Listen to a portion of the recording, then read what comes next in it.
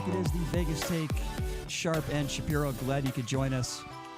Sharp, you got a headache? There's a lot of screaming going on there last segment with Danny Tarkanian. You need some Tylenol? You all right? Several. Honestly, have you ever seen a screaming match like that in studio before? Ever? Since we started doing this. Literally 17 minutes long. I didn't even give out the phone number, and we had 6 full phone lines of people that wanted to chime in, but I couldn't do it. I actually got up, left the room, and talked to Ken Thompson. Well, Ken will give you a bigger headache, so that might have not been a good decision. But anyway, welcome back to the show. It is that time where we try to figure out what is going on in the world of sports, the world of pop culture, and nobody better to have on the line with us than Mike Babcock from TMZ Sports. Mike, I appreciate you coming on. How are you? What's up, fellas? How are you? Doing okay, man. Doing good. Boy, you know what? I grew up a big Celtics fan, Mike. And I just saw Danny Ainge last month here in Vegas, and he looked great. You know, he had told me he had just played a round of golf. He loves golf. He looked like he was in really good shape. And then we learned that he's recovering from a heart attack. I mean, what can you tell us about this? This is nuts. Yeah, scary situation. Tuesday night, while in Milwaukee with the team, suffered a mild heart attack, was taken to the hospital, was treated. And they were planning on taking him back to Boston today. Don't know if that yet happened, but yeah, obviously a scary situation. Not his first heart attack either. Had one, I want to say about 10 years ago. But yeah, really scary situation because, like you say, he's a guy who was a former athlete, damn good player, and he looks good now, not overweight or anything, but suffers a heart attack. Scary. Glad he's going to be okay. So this is some people are calling it a minor heart attack. I don't know a lot about this stuff, JD. I don't know if you do. I know someone in your family had a heart attack. So I mean, that's just. What do you think, Jay? When they say minor heart attack, what does that mean? I don't know. Maybe you guys could help me on this. Not life-threatening. You don't have to put a stent in place.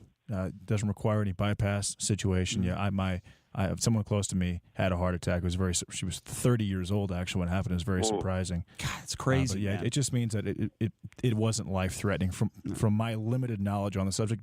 Mike, do you think that maybe Red Bull and energy drinks have something to do with all these young strokes and young heart attacks? Kenny Anderson, Danny Ainge, John Singleton. Hey, I talked to Michael Johnson, won a bunch of gold medals, was the fastest guy in the world for a time. He had a stroke, yeah. Yeah, he had a stroke. He all of a sudden, no symptoms. It hit him. Said he went numb on half of his body, somehow got himself to the hospital, and a really serious stroke. And it was this past summer, so he's already fully recovered. But it's crazy. It really makes you look at yourself when you see all these guys who are actually like you would, think physical specimens. Right. And gosh, you think they'd be healthy, and they're having these things happen to them. It kind of makes you look at yourself because if it can happen to them, it sure as hell can happen to us. Yeah, I agree. Really, really, really scary. Speaking of death, I hate to make a joke of death, but what is Conan O'Brien thinking, saying that he wants to get in the ring with Conor McGregor to fight for UFC shares? Conan, speaking of having to resuscitate him, he would die in the octagon. Yeah, he's a little bit taller than Conor, but he's 56 years old. Yeah, he was making a joke. He like Mark Wahlberg had some very small piece of the UFC that they were kind of allowed to buy in when the UFC was sold a couple of years back. But we saw him over at UCLA. We asked him about possibly selling these shares to Conor McGregor, who has made it very clear that he wants a piece of UFC ownership. And he said, "I'll fight Conor for the shares." So we put the story up this morning, and Conor obviously saw the story. He responded, and he said it's on. And not only is he going to fight Conan O'Brien, but he also wants to fight Mark Wahlberg. So we're going to get a twofer, and both of those guys might be dead, sometime in the next couple of weeks. God, I love Conan O'Brien, though. I think he's hilarious. But I'm down to see it, though. I would absolutely love to see Conan O'Brien and Conor McGregor fight. Absolutely. I don't think anybody How would. How tall is Conan? He's up there. Is he 6'8"? 6'4"? He's a big dude. Yeah, he's a big dude. And his head's about 16 inches long. 5'9". Yeah, he's a big dude. Two Irish guys. Yes, right. I do too. I like Wahlberg though against Conor. Yeah, I'd like to see that. Wahlberg is but those muscles, do they really help you in a fight? I don't know. I don't know. I don't know. Yeah, I'm with you on that one. I'm not so sure about that. I think he can grapple. JD, are you a fan of Arizona tea? Do you like Arizona tea? Yeah, are you a fan? I'm not. Okay, well, apparently D'Angelo Russell is, and he was busted for weed stashed in an Arizona tea can at the airport. TMZ covering that. Mike, what can you tell us about this? Yeah, earlier this week, he was flying from Kentucky, where he's from, into LaGuardia in New York City, and they saw something suspicious on him. TSA did. They searched his bag. Inside the bag, they see an Arizona iced tea can, and it was one of those fake cans with the hidden compartment. And they open it up, and they find some weed in there, under 50 grams. So thankfully for him, with the New York City law, he was not arrested. He was given a citation. He'll have to appear in court in July. The kind of the crazy part about this is that he blamed it on his brother. So he threw his brother under the bus. He said, "This is not my luggage. This is my brother's so ridiculous. luggage." The one issue is, who even cares? Alone. His brother wasn't there. It's 2019. Look, this is the same the guy. The country's about to be totally legal. I mean, have you ever watched Brandon Ingram do anything ever? He looks like he's just completely stoned out of his mind 24/7. That is true. We interviewed Luke Walton. Luke Walton looked completely stoned out of his mind when he was here for the. Luke is just like his dad. Yeah, absolutely. I mean, I have no issue with D'Angelo Russell having weed. He likes the kashish. And am I surprised that he does? Absolutely not. Yes. So this sounds like you just don't want him to get in trouble, especially with the. He had a heck of a season. Of course not. Great year for him, obviously. Yeah. So you don't want him to get in trouble. But I'm with you. It's ridiculous. So if you're just joining us, Mike Babcock, TMZ Sports, this sounds like the start of a joke, guys. So you walk into a bar, and coming right in behind you is Tom Brady, Jimmy Kimmel, and Matt Damon. Well, it appears as though that sort of did happen, didn't it? They had a nice little dinner, right? Didn't they, last night? I wonder what that conversation was like. Okay, that's what I want to know, what the conversation was like and who paid the bill is what I'm really wondering. But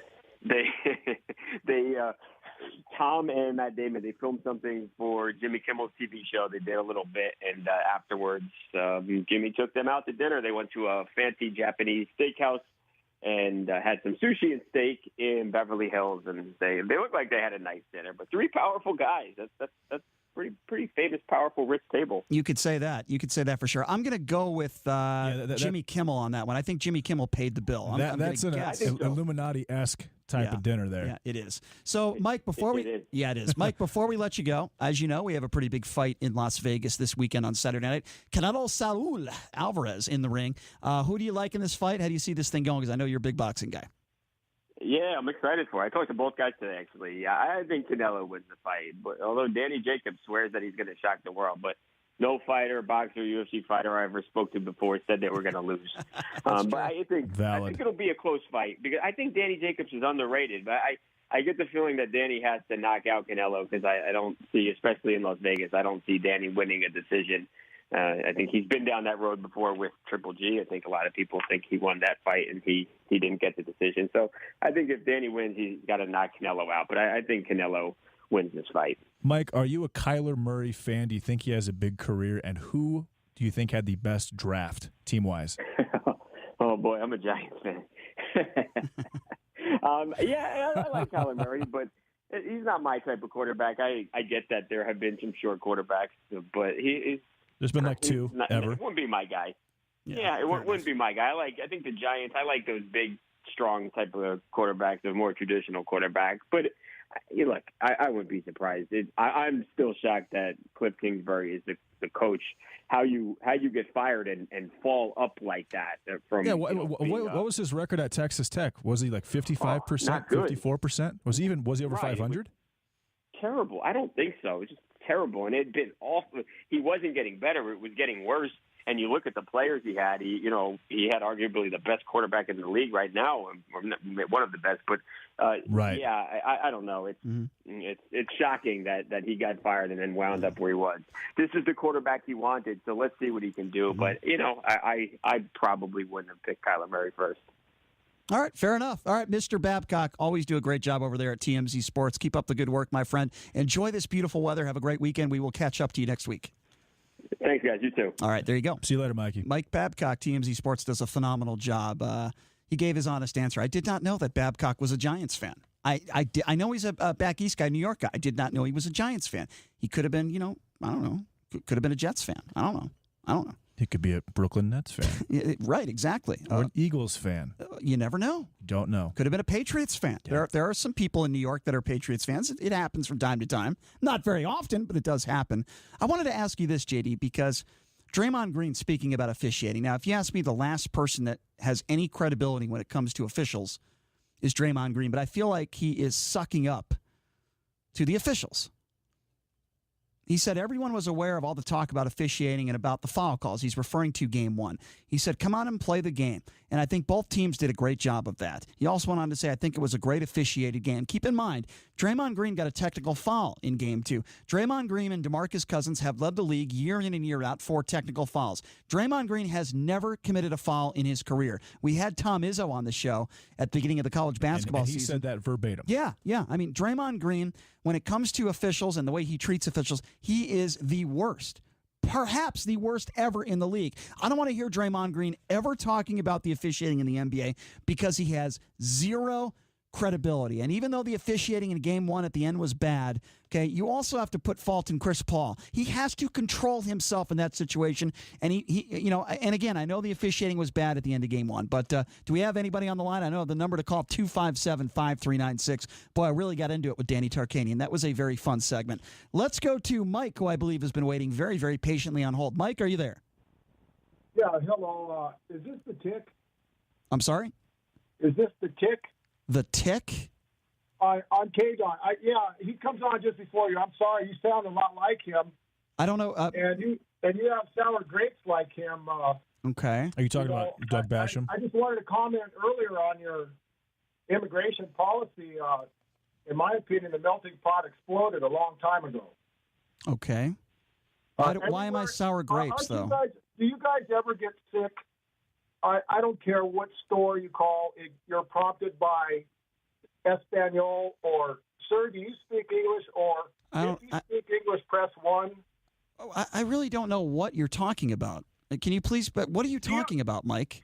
Can you understand English, dude? Hey, Mike, let me tell you something. When you learn a foreign language, it makes you about 50% smarter. You should try it because you don't sound very smart. Oh, bull crap. Don't give me that crap. Mike, you sound like a really smart guy. Foreigners. Okay. This country, Mike, are you a racist? That are here now could care less about our Constitution like you progressives. Mike, would you first of all, I'm not a progressive, so stop labeling people. If you'd like to have a debate and you'd like to have an intellectual conversation, I will be more than glad to have it with you. But you've already labeled me and you've already said things that are untrue. Please don't pander me. Don't be condescending. Was I just condescending? Was I just? You know what I'm saying. Was I just condescending? Every time you prompt the business, it comes out. Was I just condescending? I just said let's have an intellectual conversation. Mike, it gives you an option because the population is spread out about 50, 30, 15, 5 right now, and the 30 yeah, is. But it's so ludicrous because it's not how many ludicrous. It's languages are reasonable. spoken in this country now? And you're preferring one language over all the rest of the people? That's racist. That's racist. So let me ask you a question. When Donald Trump, hold on, he wants to call out racism. So let's see if Mike is intellectually honest. Mike, when Donald Trump says these people coming into this country, they're bad people, they're rapists, and I suppose some of them are good people, would you consider that comment to be racist? He generalized, but yes, we have a lot of bad people coming here. That's not what I asked you. I said that specific quote that Donald Trump said. Would you consider that comment to be racist? No.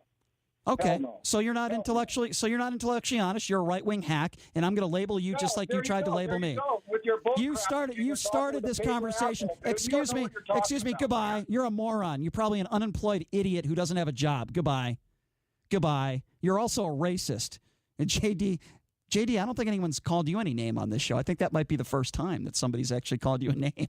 What name was that? You're called? right. He is ignorant, and then he started calling you.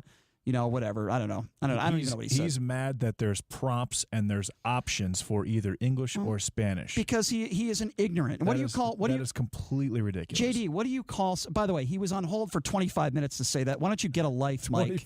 Yeah, for 25 minutes, Mike, you waited on hold. I take it back, Yeah. Mike. Thanks for the call. Yeah, that's impressive. That you waited not almost a half an hour. Let me tell you something. When you look up the word loser in the dictionary, Mike's face is right next to it. He waited 25 minutes on hold to call into the show, asking us if we were tick. He doesn't even know who the hell we are. I have to honor and respect the commitment. Well, I don't know. You committed idiot. He waited 25 minutes to call into a show and complain about how Spanish press 1, English press 2. He waited 25 minutes to call in. Mike, you could have chosen better content. Yeah, what a moron. God, it's a shocker that people like that are racist, right? What is a racist, okay? A racist is somebody who is ignorant. Racism is ignorance. When you look at someone's skin color or you look at there's descent, JD, right? And you make a judgment based on that, you are ignorant. You are a racist. Mike is a racist. It's thinking poorly of someone solely due to cultural ignorance. Yeah. I mean, that's exactly what it is. And by the way, JD usually never calls anybody names. I think that was like the first time that you've ever done that. So it has. Listen, it has to be really bad for JD to attack a caller. I rarely get fired up. I like it. But I that like one was just a little over the top. I mean, come on, the prompts on the conversations with major corporations. Yeah, obviously this guy's a loser without a life. You waited on hold for 25 minutes to call into a show. He didn't even know what the show was to make that comment. I mean, why don't you get a life, Mike? You frickin' loser. 257-5396. Let's go to Tony.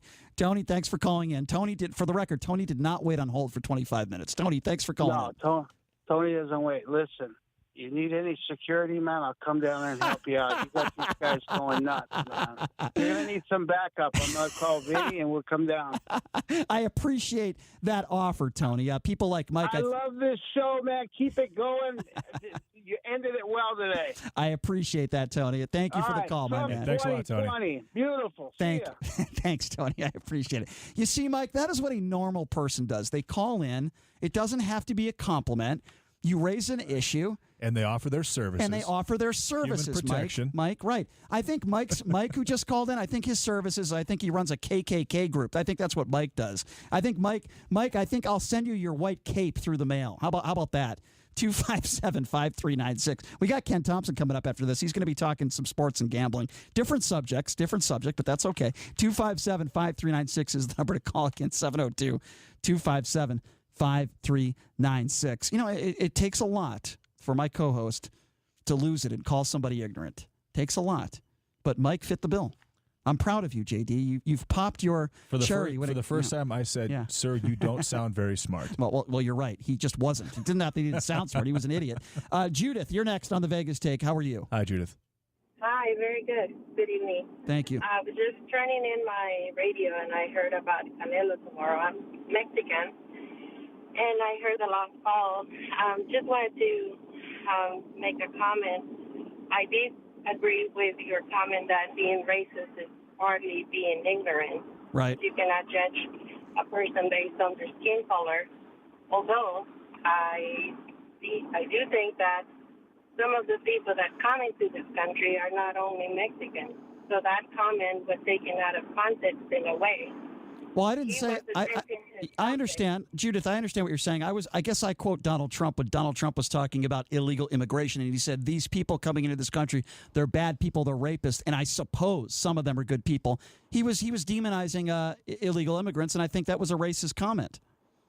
Well, I think that's your opinion on the subject, right? Of course.